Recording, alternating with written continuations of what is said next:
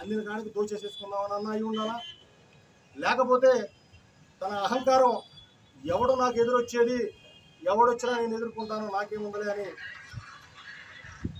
తెచ్చిమీరినటువంటి ఎక్కువ విశ్వాసం ఉండి అహంకారంతో అలా అన్న దాని మీద వివరణ ఇవ్వకపోయి ఉండదు.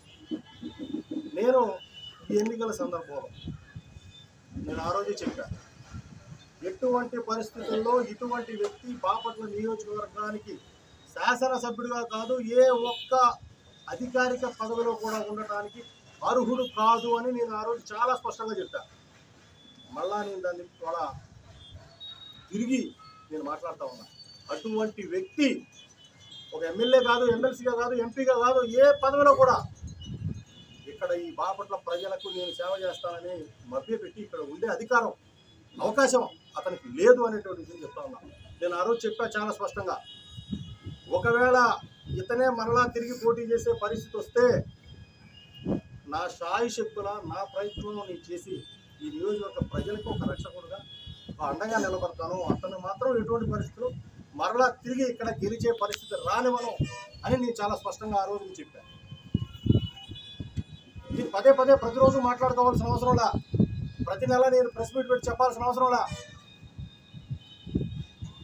చాలా మంది అడిగారు ఈ లోపల, ఏంటండి సంవత్సరం అయింది ఏం మాట్లాడట్లేదు, ఏం చెప్పట్లేదు, మీరు ఆ రోజు నాకు స్టేట్మెంట్ ఇచ్చారు. స్టేట్మెంట్ కాదు, అది వాస్తవం. నేను ఆ రోజు మాట్లాడటానికి కారణం ఒక బలమైనటువంటి వాస్తవాలు నా దృష్టిలో ఉన్నాయి. దాని గురించి నేను ఆ విధంగా ఆ రోజు మాట్లాడా. నేను ఆ తర్వాత ఎక్స్పెక్ట్ చేశా ఆయనలో కొంత మార్పు అన్న వస్తుందేమో, ఆ మార్పుతో ఏమన్నా మరలా తిరిగి జరిగిన పొరపాట్లని సరిదిద్దుకొని ఇంకా ముందుకెళ్తారని. కానీ ఆయన అవేమీ చేయకపోగా ఇంకా ఎదురుదాడి చేసేటువంటి ప్రయత్నం చేస్తూ ఉన్నారు. కాబట్టి ఈ ఎన్నికల్లో ఖచ్చితంగా ఈ బాపట్ల నియోజకవర్గంలో ఉన్న ప్రజలందరినీ, ప్రతి ఒక్కరిని పేరు పేరున వ్యక్తిగతంగా కోరుకుంటా ఉన్నా, అటువంటి దుర్మార్గుని మాత్రం ఈ నియోజకవర్గానికి మరలా ఎమ్మెల్యేగా అవ్వటానికి ఏ ఒక్కరు కూడా సహకరించదని కోరుతా ఉన్నాను. ఎందుకంటే